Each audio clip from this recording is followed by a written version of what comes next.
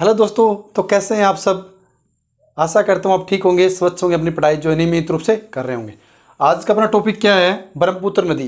ब्रह्मपुत्र नदी की मैं बात करूँ तो ब्रह्मपुत्र नदी के उद्गम, इसकी लंबाई, डेल्टा और इसकी कौन कौन सी सहायक नदी हैं उनके बारे में हम आज अध्ययन करेंगे। देखिएगा, सबसे पहली बात, इसके मैं उद्गम की बात करूँ तो इसका उद्गम कहाँ होता है? इसका उद्गम होता है चीन में। ओके या और चीन का कौन सा भाग? तिब्बती भाग। ओके या अब हम इसके विस्तार के बारे में अध्ययन करेंगे। देखो, सबसे पहली बात आपको विदित है, जो मानसरोवर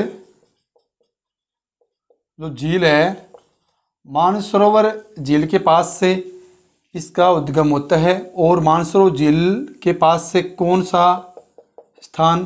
तो जैसा कि एनसीईआरटी के अकॉर्डिंग चेम युंग डुंग ग्लेशियर, इस नाम का क्या है? यहाँ पे ग्लेशियर है। ठीक है, हाँ जी। अब यहाँ से जो मानसरोवर झील है, इसके पास से सतलुज और सिंधु, इनका भी उद्गम इनके पास से ही होता है। अच्छा, आगे हम ये जब बहेगी तो ये लगभग 1100 किलोमीटर क्षेत्र में आगे बहती है। और यहाँ पे क्या है, आपको पता है, यहाँ पे एक पर्वत है और पर्वत से ये क्या करेगी? अरुणाचल प्रदेश में प्रवेश करेगी, यानी इस पर्वत को पार करके, यानी एक वर्ताकार आकृति बनाती है जिसका नाम क्या है? केवियन, यानी अर्धवर्ताकार है, ये पूरा वर्त नहीं है। तो ये जो मैं पर्वत की बात करूं तो इस पर्वत का नाम क्या है? नामचा बरवा, इस पर्वत का नाम है। इस नामचा जो पर्वत है, इसको पार करके, यानी कि इसका ऐसे घूम के अर्धवर्ताकार, और ये है जो है अरुणाचल प्रदेश में प्रवेश करती है। ठीक है, जैसे ही ये अरुणाचल प्रदेश में प्रवेश करेगी तो इसका नाम क्या हो जाएगा?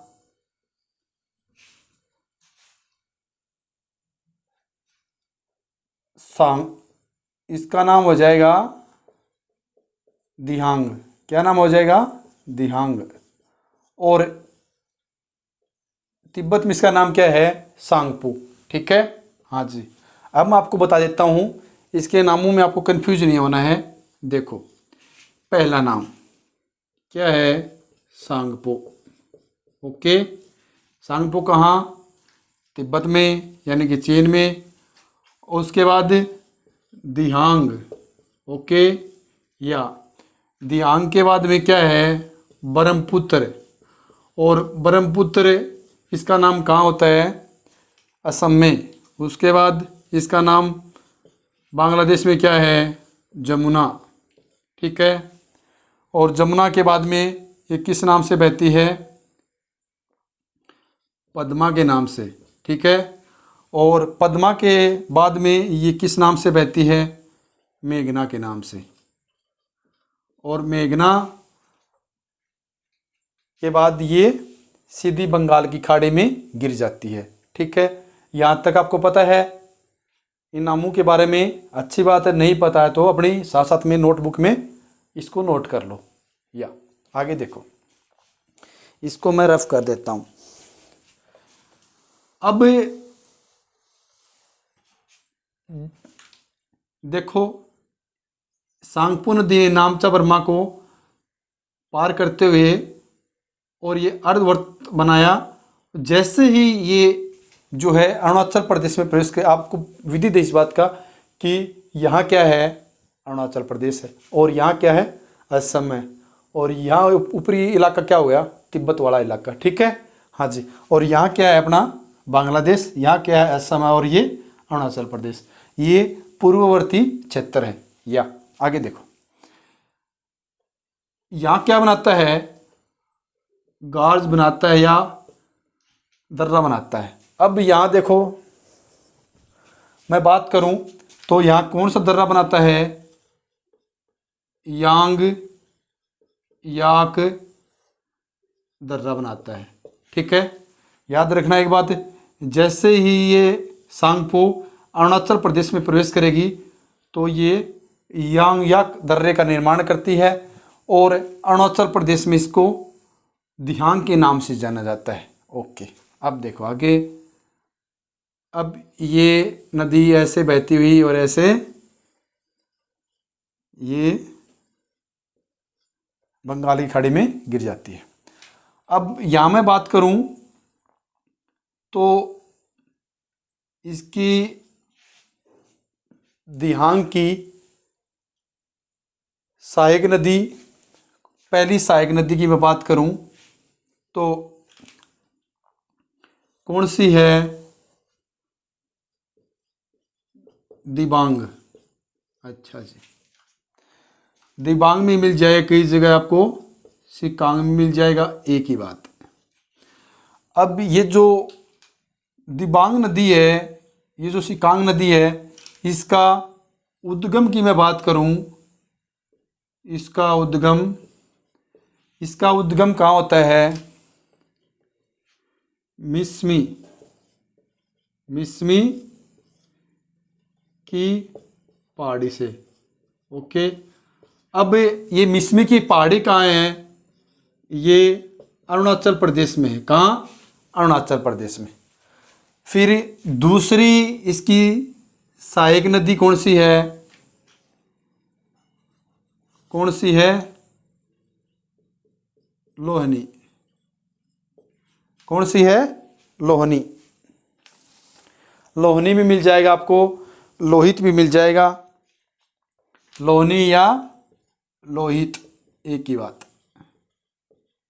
लेकिन लगभग जो बुक में क्या मिलेगा? लोहित।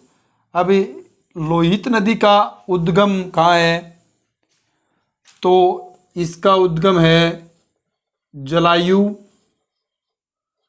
छू। अब ये जलायु छू क्या है?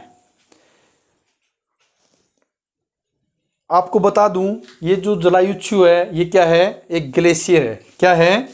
ग्लेशियर।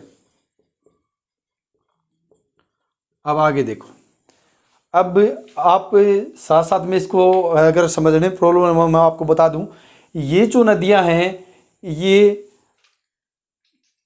बाई नदियां हैं। कौन सी हैं? बाई ओर से मिलने वाली, जो ब्रह्मपुत्र या दिहांग या सांगपो। ठीक है, इनकी इसकी सहायक नदियां हैं ये बाई ओर की। कौन सी है? दिबांग और लोहनी। लोहनी या लोहित एक ही बात है। ठीक है, हाँ जी। अब देखो, बाई ओर से एक नदी और आके मिलती है। ठीक है, और उसका नाम क्या है? धनसिरी। क्या नाम है? धनसिरी। और धनसिरी के अलावा इसका नाम और भी मिल जाएगा आपको, धनगिरी। एक ही बात है। अच्छा जी, अब इस धनसिरी या धनगिरी का उद्गम कहाँ होता है? लेसोंग की चोटी से इसका क्या होता है? उद्गम होता है। ठीक है, हाँ जी।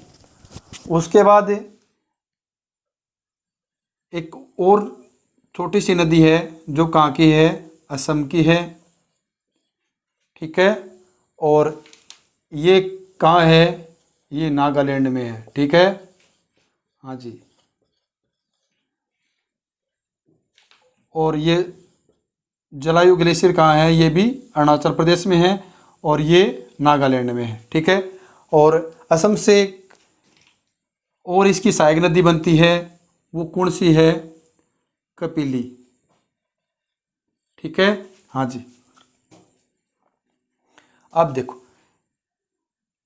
दिबांग और लोहनी ये दोनों जहाँ नदियाँ मिलती हैं उस जगह का क्या नाम है?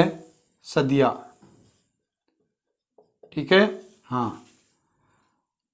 अब कपिली के बाद जैसे ये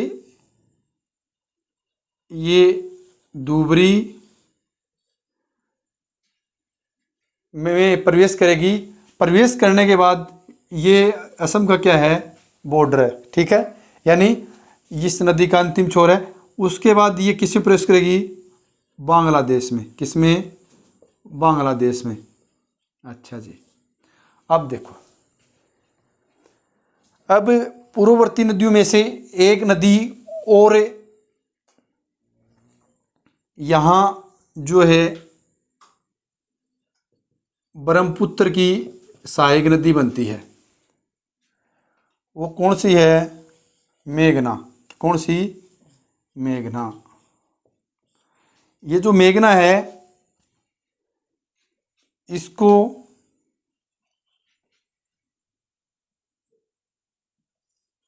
बांग्लादेश में मेघना और असम में सूरमा। क्या, सूरमा, ठीक है। हाँ जी। और इसकी मैं बात करूं तो इसके उद्गम की, तो कहाँ से होता है, माउंट बेपो से इसका उद्गम होता है। ये जगह कहाँ है, नागालैंड में, ठीक है। हाँ जी, ठीक है। हाँ जी। अब इस असम में मैंने आपको बताया कपिली का, तो असम में कपिली का उद्गम कहाँ होता है, आपको पता है यहाँ क्या है, सुरमा पहाड़ी। तो सुरमा की पहाड़ियों से जो है, सुरमा की घाटी से जो है कपिली नदी का उद्गम होता है। और अब आपको पता है यहाँ क्या है, शिलोंग का पठार। यानी सुरमा की घाटी से निकलती हुई ये है शिलोंग के पठार से होती हुई बहती हुई किस में प्रवेश करती है, ब्रह्मपुत्र नदी की सहायक नदी बन जाती है। ओके, हाँ जी। अब पूर्ववर्ती नदियों में से पहली नदी कौन सी बनी, दिबांग या सिकांग। उसके बाद लोहित नदी, उसके बाद धनसिरी या धनगिरी, एक ही बात है, ये इसकी सहायक बनी। उसके बाद कपिली, ये निकलती कहाँ से है, सुरमा की घाटी से निकलती है, ठीक है। हाँ जी। उसके बाद ये ब्रह्मपुत्र नदी, ये कहाँ प्रवेश करती है, बांग्लादेश में करती है, धुबरी के बाद में। और उसके बाद बांग्लादेश में प्रवेश करने के बाद इसका नाम क्या हो जाता है, जमुना। क्या हो जाता है, जमुना। अब देखो, तिब्बत में इसका नाम क्या है, सांगपो है। अरुणाचल प्रदेश में इसका नाम क्या है, दिहांग है। जैसे ही ये है असम में प्रवेश करती है तो इसका नाम क्या है, ब्रह्मपुत्र है। और असम के बाद में जैसे ही ये बांग्लादेश में प्रवेश करती है तो इसका नाम क्या हो जाएगा, जमुना। अब जमुना में ये जो सहायक नदी मिल रही है बांग्लादेश में, उसके बाद ये किस नाम से जानी जाएगी, मेघना के नाम से। अब थोड़ा सा इसका विस्तार पढ़ लेते हैं। अब मैं आपको बताऊंगा ये मेघना के नाम से जो है बंगाली खाड़ी में क्यों गिरती है। अब इसके जो दाईं ओर से जो नदियां मिलती हैं उसके बारे में अध्ययन करेंगे हम। पहला, दाईं ओर सी नदियों में से पहली नदी कौन सी है, सुबनगिरी। सुबनगिरी। अब मैं सुबनगिरी की उद्गम की बात करूं तो सुबनगिरी का उद्गम कहाँ होता है, तिब्बत से। किससे, तिब्बत से। अच्छा जी। सुबनगिरी के बाद एक और नदी आती है जिसका नाम क्या है, रंगा। रंगा कहाँ से निकलती है, ये असम से, ठीक है। हाँ जी।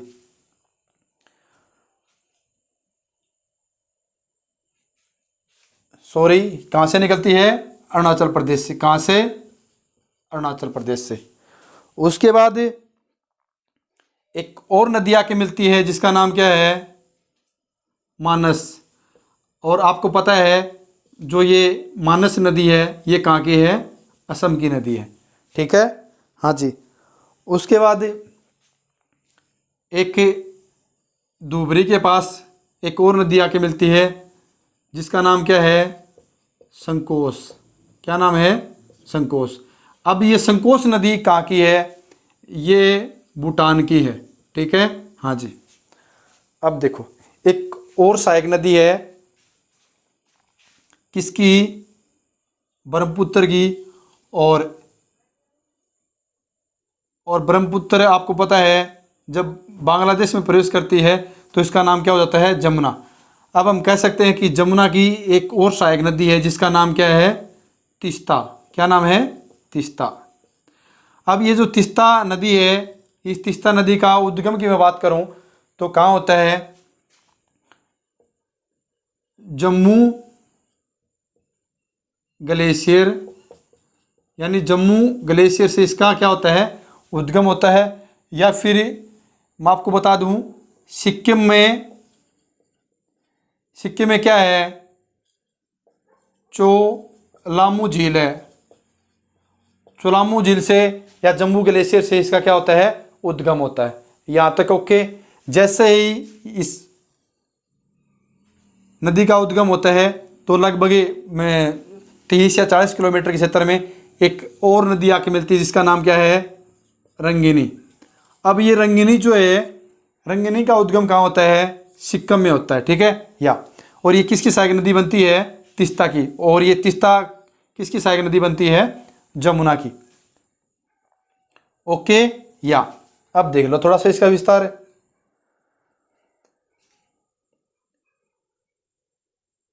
अब जमुना की एक और सहायक नदी बनती है, कौन सी, पद्मा।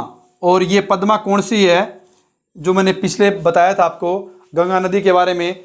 भाई गंगा नदी को जो है बांग्लादेश में किस नाम से जाना जाता है, पद्मा के नाम से, ठीक है। हाँ जी। जब ये जमुना की सहायक नदी बनती है तो ये जो जमुना है ये किस नाम से जानी जाएगी, पद्मा के नाम से। किससे, पद्मा के नाम से। जैसे इसमें मेघना का विलय होता है तो उसके बाद ये किस नाम से जानी जाएगी, मेघना के नाम से, ठीक है। हाँ जी। अब ये तीनों नदियों का पानी जब बंगाल की खाड़ी में गिरता है तो ये किसकी आकृति बनाती है, डेल्टा की आकृति बनाती है। अब मैं डेल्टा की बात करूं तो मैं आपको बता दूं, विश्व का सबसे बड़ा जो डेल्टा है वो कौन सी नदी पे, कौन सी नदी के कारण बनता है, ब्रह्मपुत्र नदी के कारण। और ब्रह्मपुत्र नदी और इसके विस्तार की मैं बात करूं तो इसकी सबसे पहली बात, इसकी दूरी की, तो इसकी टोटल लंबाई जो है वो कितनी है, 2900 किलोमीटर। यानी 2900 किलोमीटर के क्षेत्र में ये बहती है। और मैं भारत में इसकी बात करूं तो भारत में 916 किलोमीटर क्षेत्र में ये बहती है। अच्छा जी, बहुत अच्छी बात है भाई, बहनी भी चाहिए। कुल लंबाई देखो, इसकी कुल लंबाई कितनी है, 2900 किलोमीटर। अच्छा जी। और दूसरी बात है, भारत में लंबाई कितनी है, भारत में कितनी है, 916 किलोमीटर। अब देखो इसके बाद इंपॉर्टेंट बात, ये जो मैंने आपको बताया, ये जो सदिया क्षेत्र है, जो ये नदी बही कौन सी, अपनी ब्रह्मपुत्र, अरुणाचल प्रदेश में इसको किस नाम से जाना गया, दिहांग। और जैसे ही ये अरुणाचल प्रदेश से थोड़ी आगे चलेगी और असम में और अरुणाचल प्रदेश का जो बॉर्डर है, यानी कि जो अंतिम छोर है, वहाँ एक जगह कौन सी है, सदिया। सदिया से लेकर और ये जो दूबरी है यहाँ तक क्या बना हुआ है, नदी मार्ग बना हुआ है, ठीक है। हाँ जी। और इसकी टोटल में लंबाई की बात करूं तो 890 किलोमीटर, कितना, 890 किलोमीटर में ये बना हुआ है, ठीक है। अच्छा जी। अब यहाँ आपको पता है क्या है, मंजूली द्वीप। अब आपको पूछ लेगा मंजूली द्वीप कहाँ है, असम में है। कहाँ है, असम में। अच्छा, असम की मैं बात करूं तो ये जो मंजूली द्वीप है ये है विश्व का सबसे बड़ा नदी द्वीप है? क्या है? विश्व का सबसे बड़ा नदी द्वीप है। विश्व का सबसे बड़ा द्वीप नहीं, विश्व का सबसे बड़ा नदी द्वीप है। इस बात को आप नोट करो। क्या बोला मैंने? नदी द्वीप। ओके, सबसे बड़ा द्वीप वो अलग है, लेकिन नदी द्वीप की मैं बात करूं तो सबसे बड़ा नदी द्वीप कौन सा है? मांजुली। कौन सा? मांजुली। अब ये जो मांजुली द्वीप है ये कहाँ है? असम में। अब आप ये चीज़ समझिए, ये नदी द्वीप क्या होता है, ये भी इम्पोर्टेंट है।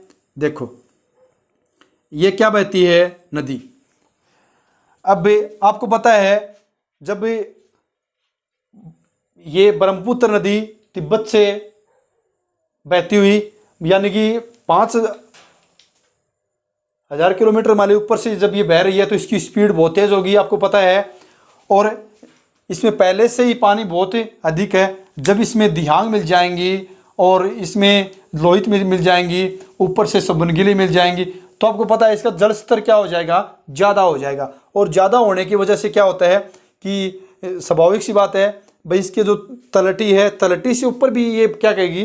बहना शुरू हो जाएगी। और इसके कारण क्या होता है, जो इसका तल का जो क्षेत्र है वो इस अपने जो नदियाँ अपने साथ में अवसाद बहा के लेके आती हैं, तो वो क्या होता है? तलहटी में जमा हो जाता है। इसलिए जो नदियाँ हैं उन नदियों का पानी क्या हो जाता है? बाहर की ओर फैल जाता है। जिसलिए कारण क्या होता है? जिसके कारण जो ये असम का जो क्षेत्र है यहाँ क्या होता है कि बाढ़ आने की ज़्यादातर संभावना होती है। इसलिए ब्रह्मपुत्र नदी को जो है क्या बोलते हैं? आपसे पूछ लेगा असम का शोक किस नदी को कहते हैं, तो असम का शोक ब्रह्मपुत्र नदी को कहते हैं। ठीक है, जैसे आपके पूछ लेगा कि बिहार का शोक किसे कहते हैं, तो कोसी नदी को कहते हैं। अब आपसे पूछ लेगा ये कोसी नदी का उद्गम कहाँ हुआ था, जो मैंने आपको बताया था ये नेपाल की नदी है। ठीक है, या और आगे देखो यहां तक ओके। अब इसमें एक दो क्वेश्चन और बनते हैं, वो मैं आपको बताऊंगा।